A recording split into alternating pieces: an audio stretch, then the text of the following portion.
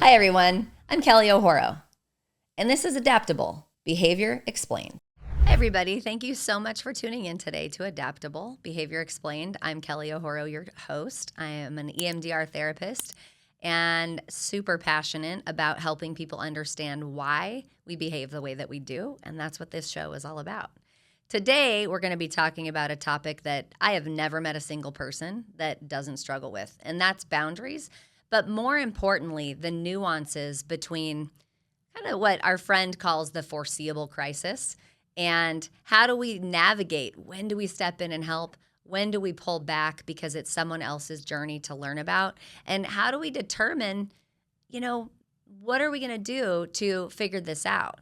So every single relationship that people have struggle with this, whether it's a partner, a friend, one of your kids, or in my case, clients, they struggle with this. How do we balance giving someone autonomy while offering support to them? And what's too much? What's considered enabling? How do we manage the boundaries around when someone we care about is in a crisis? If you've ever felt torn about this, then you're certainly not alone. I feel like this all the time. I love a lot of people. I care about a lot of people. I have a very big family. And this is an area that I find myself challenged with on the regular. And so if you're noticing this about yourself, you are certainly not alone. And if you ever feel torn between this, do I insert myself and help, or do I step back and just let somebody struggle? And if I do I struggle with guilt around setting these limits for myself? This show's going to help you because it's really a tricky thing to navigate, and we're not really ever refined at it perfectly. I've never met anyone who just gets this right all the time because we're not robots. We're humans. We care about people. We don't want to watch people struggle. And we want to make sure that we can set people up to have some autonomy and to make their choices, and then to have the awesome opportunity to learn from the consequences that they have. And so when we think about autonomy, it's really the ability to make your own choices and then learn from them. It's essential for building confidence, resilience, and a sense of self. When somebody jumps in to take care of everything for us, we never understand the emotion pride, which motivates future behavior. We don't build this resilience of falling down and failing and needing to get resourceful to get back up. And I see this a lot in really over-functioning parents, where they're jump in so quickly to solve a problem for a child before the child's even had a chance to kind of troubleshoot it themselves. And I see this taking away an opportunity for someone to build that resilience, build sense of pride, which motivates that future behavior. And when someone is given the opportunity to develop that sense of self, it's really powerful. It helps them to learn and lead from their own process, and ultimately create a lot of skills in troubleshooting and problem solving that oftentimes don't exist if we don't have opportunities to make mistakes. And so when you think about people who struggle with letting someone have an opportunity to fall, it can be really hard. It can be really hard to watch. I know, like I said, I really struggle with this. I hate to watch people that I love suffer. I want to race to rescue. I want to jump in and help them. And I've seen this with many, many clients as well, where people are kind of paralyzed by indecision. They don't know what direction to take. And even as a therapist, it's hard for me to pull back and not just encourage them to do something in one direction or another. But ultimately, my job is to encourage them to take ownership of their choices without stepping in to fix things. And so eventually people make bold, life-changing decisions, and they get to take accountability, they get to take pride, and they get to have the ownership of the outcome, of the positive outcomes as well.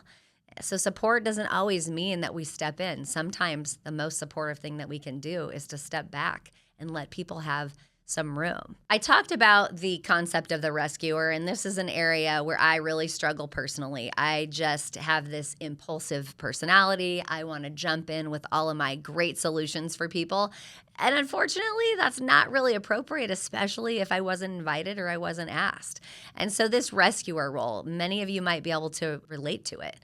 It's common. It's a common dynamic, especially for those of us who are helpers by nature. I'm an Enneagram 2. So my natural disposition is to jump in and want to help.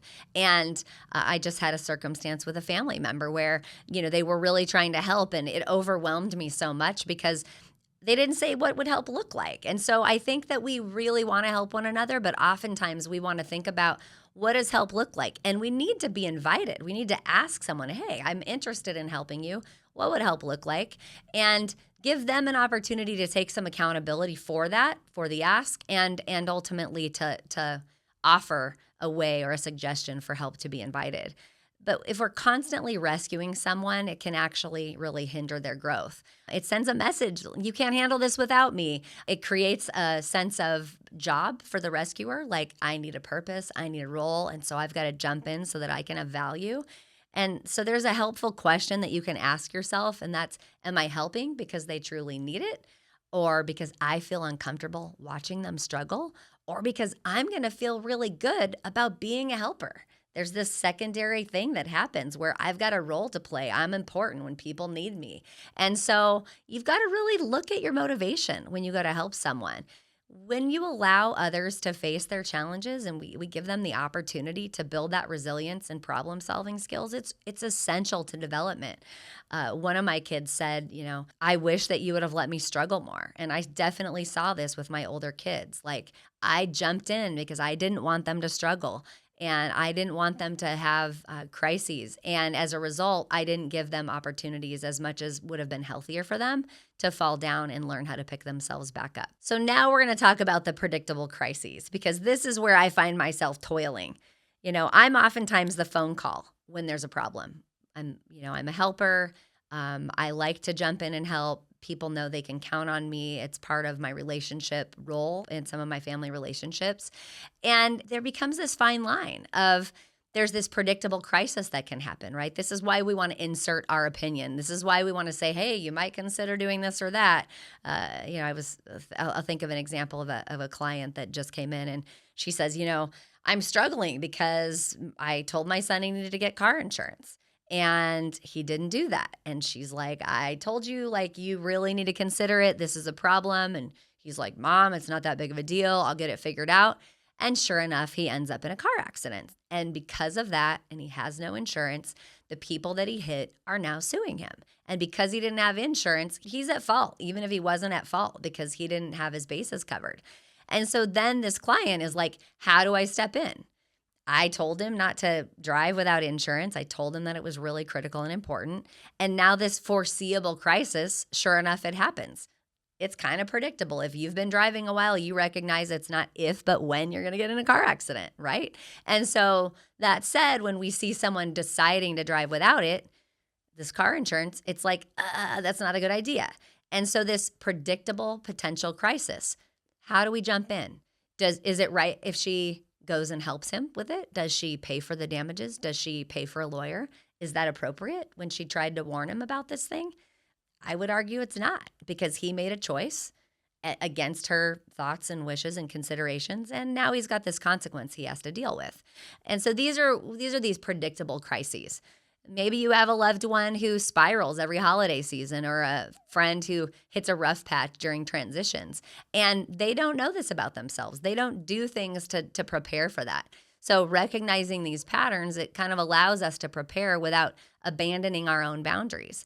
And so, this example with this client who had this happen with her son who opted out of doing car insurance, she might say to the next kids in line, hey, this thing happened with your brother. I want you to know, if you make this choice, I will not be helping you. I'm going to set this boundary ahead of time. I'm talking about this potential predictable crisis, and this is an area that I am not interested in involving myself, because there is a way to avoid it. So just something to think about. And I mean, I think as parents, we see this all the time. This is why we jump in and try to tell our kids what we think they should do. And we want them to learn from our mistakes, and we don't want them to make the same mistakes that we made, because we made them. And this is why we offer this advice, and oftentimes, unasked or uninvited. But we can say, hey, I want to offer support, but here's what support won't look like if you don't take into account this predictable crisis, this thing that I can kind of see might happen. I can't be your phone call. You can make that option, or that choice, but I can't be the person that you're going to call, because I'm not willing to sacrifice, my time, my talent, my resources, because of something that I wouldn't have done in the first place. Does this make sense? So anticipating a crisis doesn't mean you're overfunctioning. It means you're kind of preparing with intention. And I think this is an area that without really clear, forthright communication up front, especially with people that we might have had responsibilities for and we don't necessarily have responsibility for now, or we can start to titrate our level of responsibility. For example, when our kids are younger, we have a lot more responsibility about their outcomes. And as they age, we pull back what we are obligated to help them with. And I think that I've gotten so much practice with this piece because, we are able to insert our opinions when our kids are growing up. And as they become adults, it becomes intrusive. It becomes problematic. And honestly, it pushes our kids away if we continue that behavior. They don't want to hear it. They want to have the chance to live their own choices and their own lives. And they want to be able to make their own mistakes and adapt and change. And so as you mature your relationship, especially as an older, of adult children, you want to look at going, hey, it looks like you're going to make this choice. Boy, that might be hard. I hope it works out. Here's some things you might consider if you're open to it. And if they invite you, you can share that. And then if they don't opt to follow the feedback or consider those things, it's not your responsibility. And I think that that's an area where a lot of parents struggle in that transition into adult parenting. So how do we deal with this? This next segment is about boundary setting. And I have a whole episode about boundary setting. It's called Boundaries 101. So highly encourage you to take a peek at that episode. But setting boundaries with people that we love, it can be really hard. It's simple, but it's not easy. And it brings up in us guilt. It brings up fear of rejection, or worry that we're going to be perceived as selfish. And so boundaries are important in any healthy relationship, but boundaries are not walls. They're bridges. They help us stay in connection in a way that's sustainable, that's helpful. I've worked with clients who felt a lot of guilt for saying no, but once they learn to communicate their needs clearly and with compassion, they find that their relationships actually improved. It's important that you're putting your oxygen mask on before you put it on everybody around you. Self-care isn't selfish. It's what allows us to show up fully and authentically in our relationships. And without them, you can't be in a really healthy relationship. And the trick is that we have to balance this empathy and our boundaries. What's the difference between caring and having empathy and including boundaries as part of our healthy relationships? Because they're not opposites. Empathy and boundaries are partners. So you can be deeply compassionate and still say, I can't take this on right now, or I'm unwilling to help you if the circumstances are going to be like this. You can validate someone's feelings without fixing their situation. I'm going through a current thing right now where I've got a parent who needs a lot of caretaking after a really serious, complicated surgery. And, I signed up to help her. I signed up to be the person that would be a primary caretaker along with my husband. And there's this crossroads, right, of what does help look like? And we're coming up on this time where we've got to start having some compassionate conversations around help and around support, because there's an agreement of I'll help you, but I don't want to help you if you're not doing your part in the agreement, if you're not doing the things that have been recommended, because it won't lead you to a full recovery. And so the sacrifice that I'm willing to make can only be under the agreements that you're also doing the things that you were told you needed to do so that you can get strong and whole and healthy again.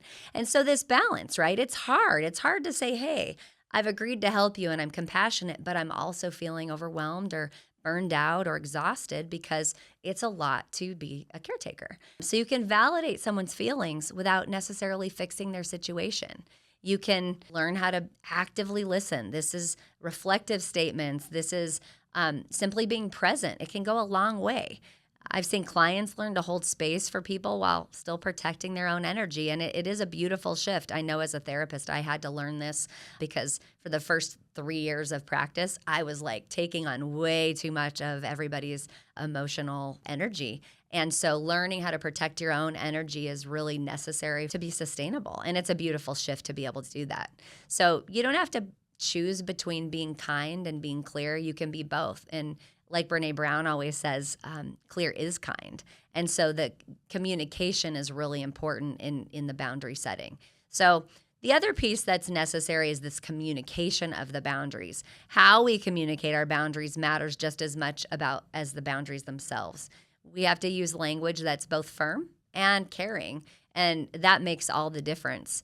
So, for example, in talking about me caring for my mom right now, it's like I care about you and I want to support you, but I also need to take care of myself. And so being able to express both sides of the coin is really important.